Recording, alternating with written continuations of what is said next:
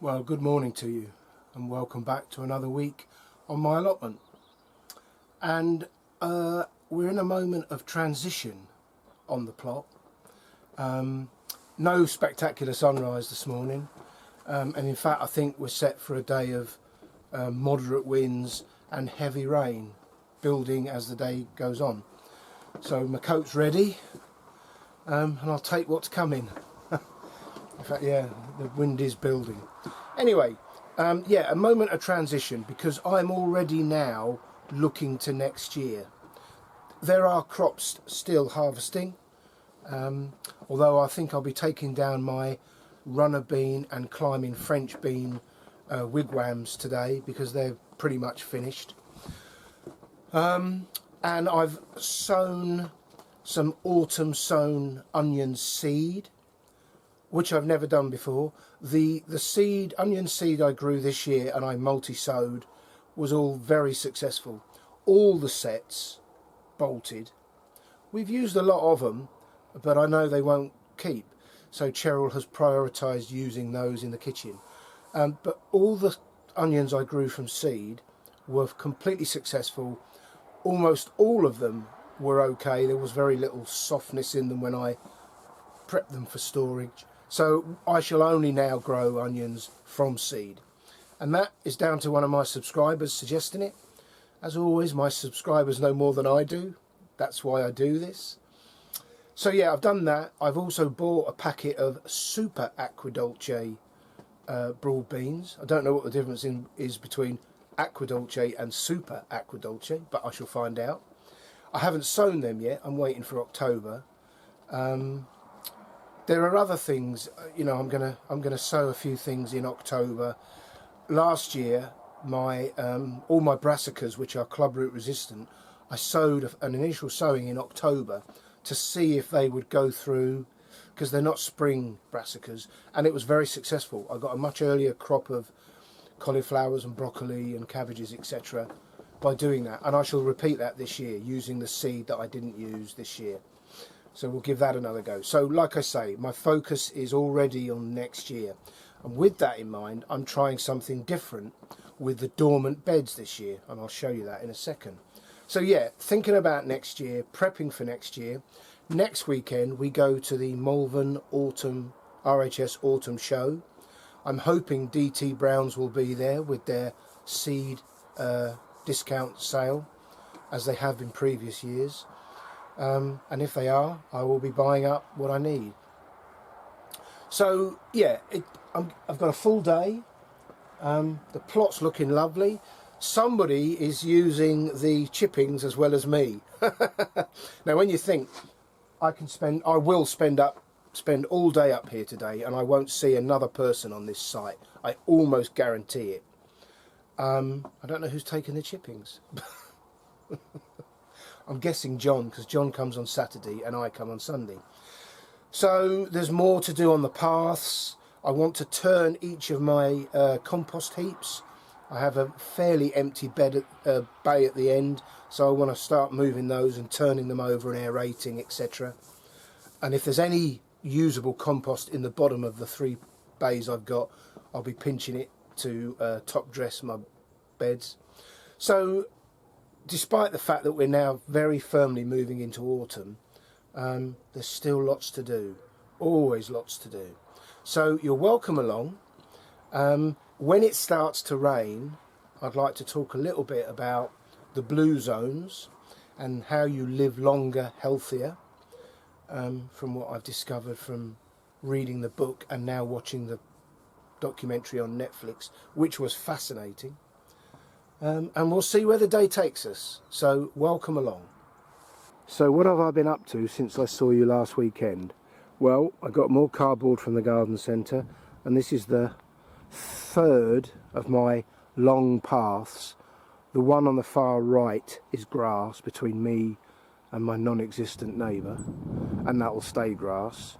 And then the two middle ones here I've now completely re-chipped. And this one here, which is a little more awkward because this is where I tend to store all my stuff. It is a bit untidy, so I'll need to work on that. But you can see I've got to here. I do have some more suitable cardboard, but at the garden centre they emptied the skip recently, so there was nothing in it when I got there. So I need to wait a week or so because it's a massive skip. You can't get in it. It's about 8 foot deep. But I've got some left. There's creeping buttercup, which I'm going to spade off, and then put the cardboard down and just hope it does a reasonable job of suppressing it. So that's a job for today, to go as far as the cardboard I've got will allow me. And while I'm here, this was my main tomato bed, and as you can see, the tomatoes, like they did last year, I don't think it was blight. In fact, I'm sure it wasn't blight, but they start to discolour and look a bit off, and so we cut our losses. Definitely my best year ever for tomatoes. So I've sorted this bed, and what I will be doing with this bed today is the following. I have, for the first time since I've had an allotment, sown winter green manures. This is a winter mix, it says on the packet, from Thompson's. So we shall see. But I only sowed them, I broadcast them on this bed, I think it was last Monday, and today's Sunday. They're up, they've been up a few days, they came up very quickly. And we shall see. I mean, the theory is, and I have no idea whether to counter it or not, is that these fix minerals and goodness from the soil, hold it in the soil so that it's not washed away over winter with the rains, and then you trim them off, dig them in, and it revitalises the bed. So I shall be doing a mixture of top dressing the beds with the leaf mould and the compost I make, but that won't cover them all, so some of them I'm doing green manure. So there's this one here, there's one over the other side that I only sowed the day before yesterday, and I've done this one here at the same time.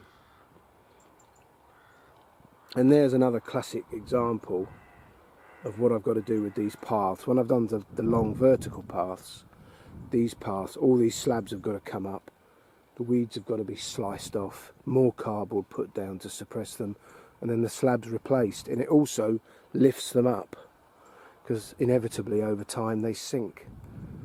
So yeah, lots to do.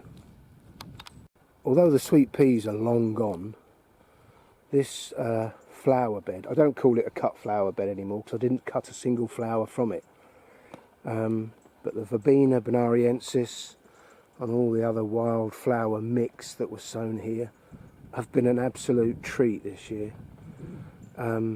As have all the flowers that are around the pond, and then over by the picnic area, the zinnias and that dahlia. I don't know the name of that dahlia, but it is absolutely stunning.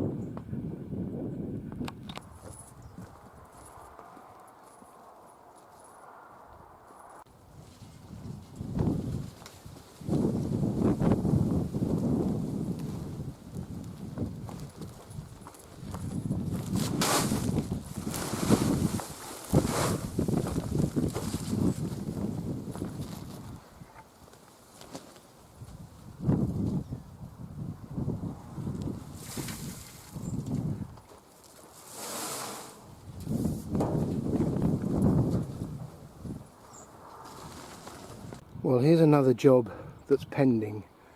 It'll have to wait another week or two simply because this blackberry is still cropping, and they're fantastic blackberries. They're huge, but it's all the new growth which will bear next year's fruit are flopping across the path. So once they finish fruiting, all the old canes that bore the fruit this year need to be cut off and gone on my cane pile ready for chipping, and the new growth, which is quite prolific, needs to be tied in, moved back or cut back off the path so that I can move freely along here, ready for cropping next year. And of course it needs tying in because these canes snap at the base very easily, so they need to be tied in prior to the winter winds arriving and agitating them and rocking them and snapping them off at the base. So not this week, but maybe in a week or two's time.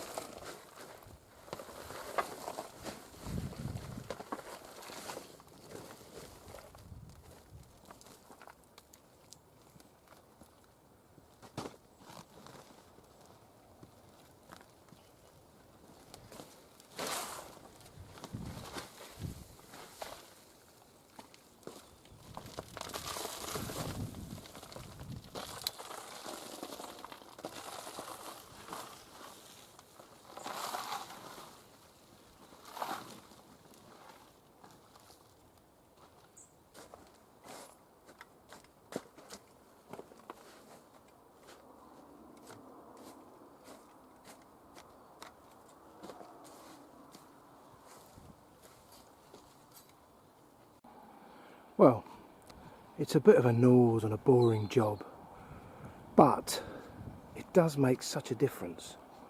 So I've got a few more strips of that cardboard. I shall probably get to about there, that next short path off to the right. So one more load, I think. Then I'll have a brew and my breakfast, which I always bring with me, and then it's this bed. I recently watched a documentary on Netflix. I think it's called Living to 100. Fascinating, and if you don't know, the blue zones are areas around the world that have been identified as those societies where people live the longest, but not just the longest, but the healthiest. I mean, I don't care if I die tomorrow or in 30 years' time. All I care about is that every day of my life has a purpose and I contribute and is useful, and I'm able to do what I want to do. So I'm determined to keep my health. So these blue zones, although these people have never met these societies, and they're, off the top of my head, Okinawa, Sardinia, the Seventh-day Adventists in Loma Linda in California, the Greek island of Icaria. There's a society in Costa Rica. These people have never met, but there are common themes. The first and the most significant is they practice what we would now call multi-generational living. The extended families stay together. So once you've reached retirement age, there is no such thing in these societies as care homes, because the people who have reached that kind of age, in their societies, they are still healthy. They've still got it up here, and they contribute. You know, on the documentary, you see great-grandmothers over 100 years old baking sourdough bread for the lunch and working in the kitchen garden, bringing in the produce for their evening meal, etc., etc. Their family live together.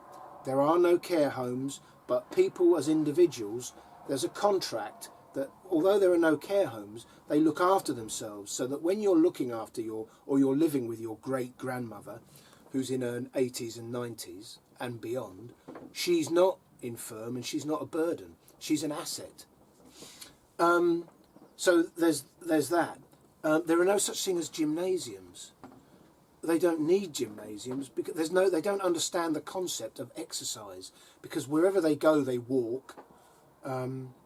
It helps when you're living in a small island and a small society where everything is close at hand.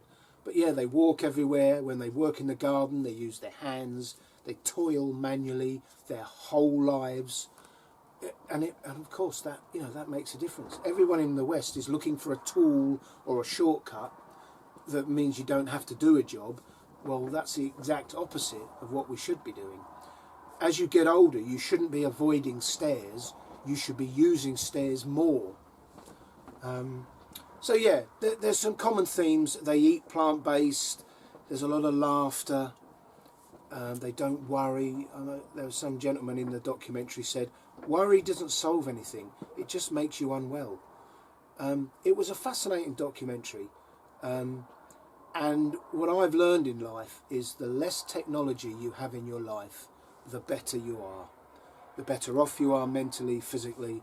Do everything as nature intended it, manually. I thought it was a fascinating documentary, and I would recommend it to you if you have Netflix. If you don't, there is a book called The Blue Zones. There is also a book called Living Healthy to 100, which is another fascinating read. I am determined that in my life, whether I live another day or another 30 years, that every single one of those days will have purpose, and I will contribute, and I will add value to people's lives around me. I want my life to have a purpose. So I shan't be retiring, I shall keep going. Oh, Jesus. Anyway, quite interesting.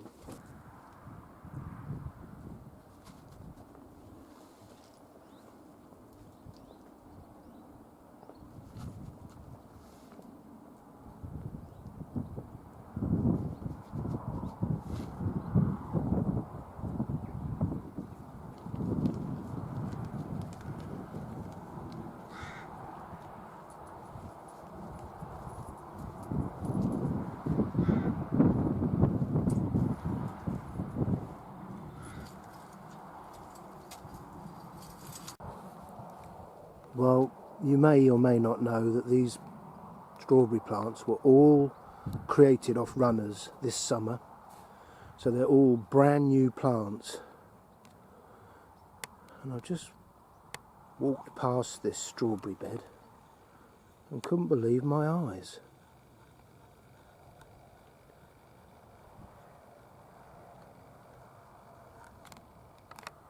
That's amazing. I've got a strawberry. I'm going to go eat that right now.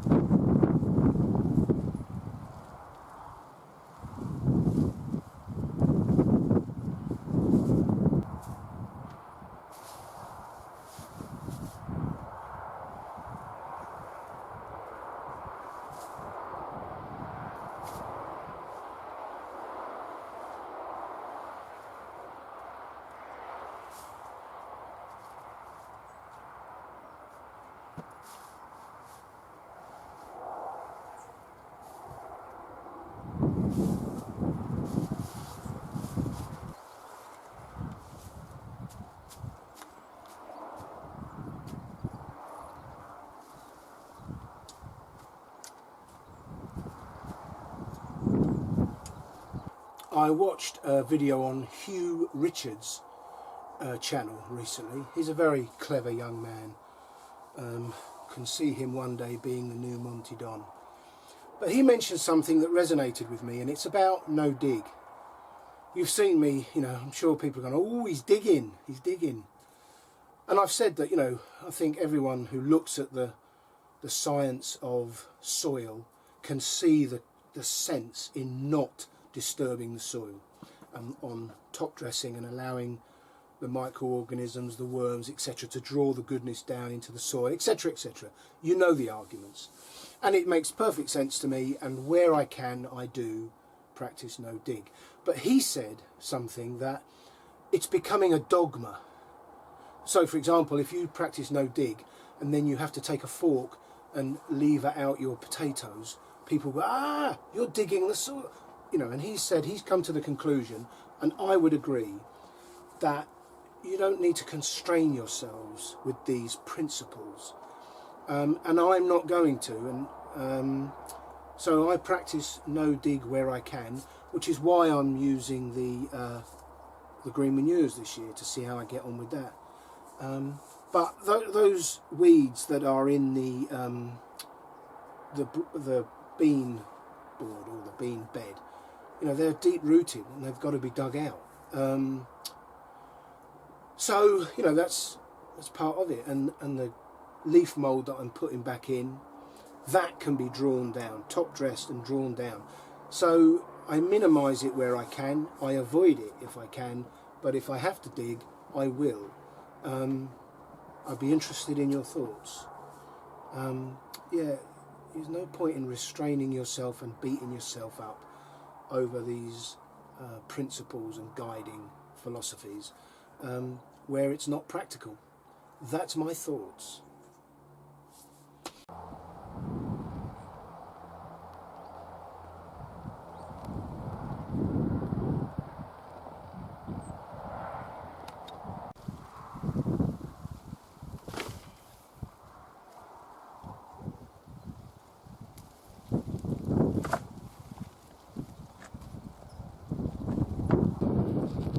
Well, that was hard work, but I filled it. There's a lot of stuff in there that's going to take a long time to break down. That's not going to be making compost anytime soon. And it hasn't quite emptied this one. Big lump of couch grass in there. But that one there, which has sunk down about 6 inches, that is now going in there.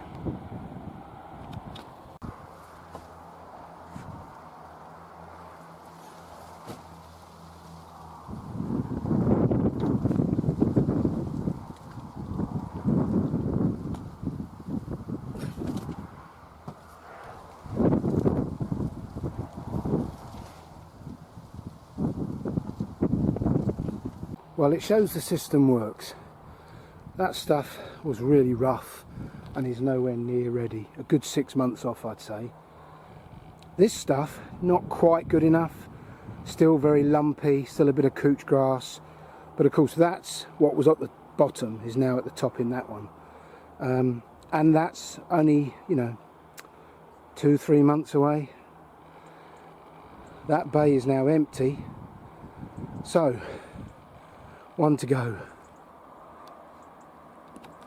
Well, evidence, if it was needed, that I do have rats in my compost heaps. Just disturbed that nest. I mean, there's nothing in it, but there clearly has been. Old newspaper sheets been torn up and made into nest material. You have to admire their work ethic.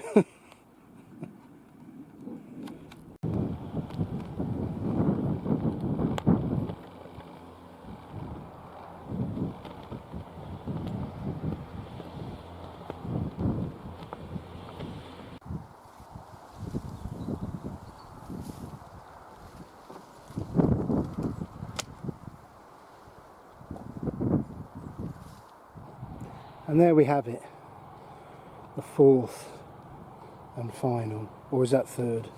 I don't know. Anyway, that's the last bay completely empty, so this will become my working heap. Another one turned, re-oxygenated, good to go. Leave that a few months and see how it turns out.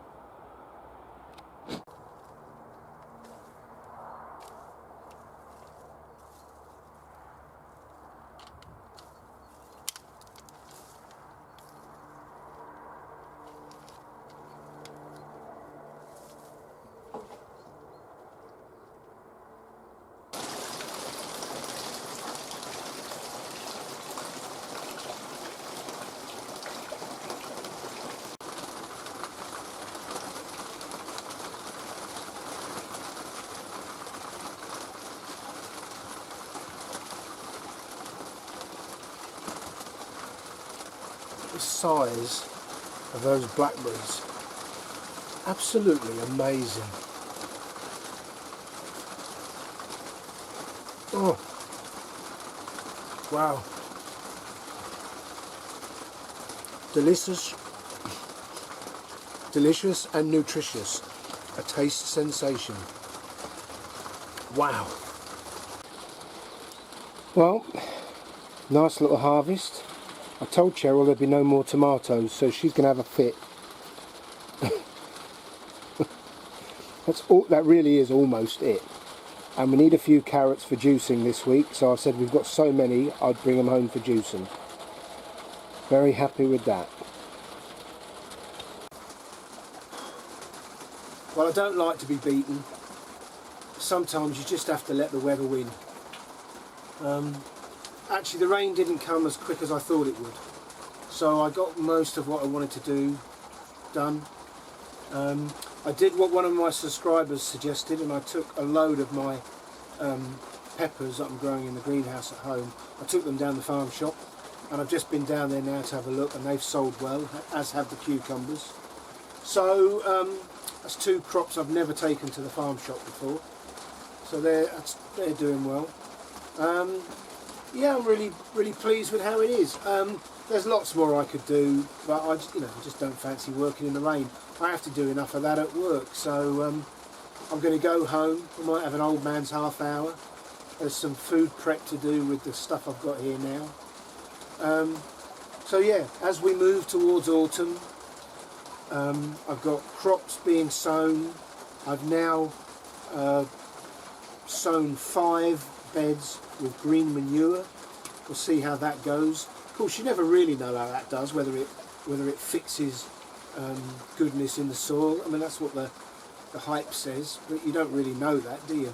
I've done another 1 or 2 beds with the leaf mould that I've made.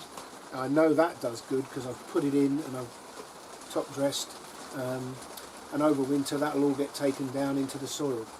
So yeah, didn't do as much as I wanted, but I'm going to go home and relax, take it easy. So thank you for joining me. Like I say, we're not around next weekend. We're off to the Malvern Autumn Show. The following week we're away on Dartmoor with our usual trip away. So it'll be a while before I post again. But until I do, look after yourselves, take care, bye for now.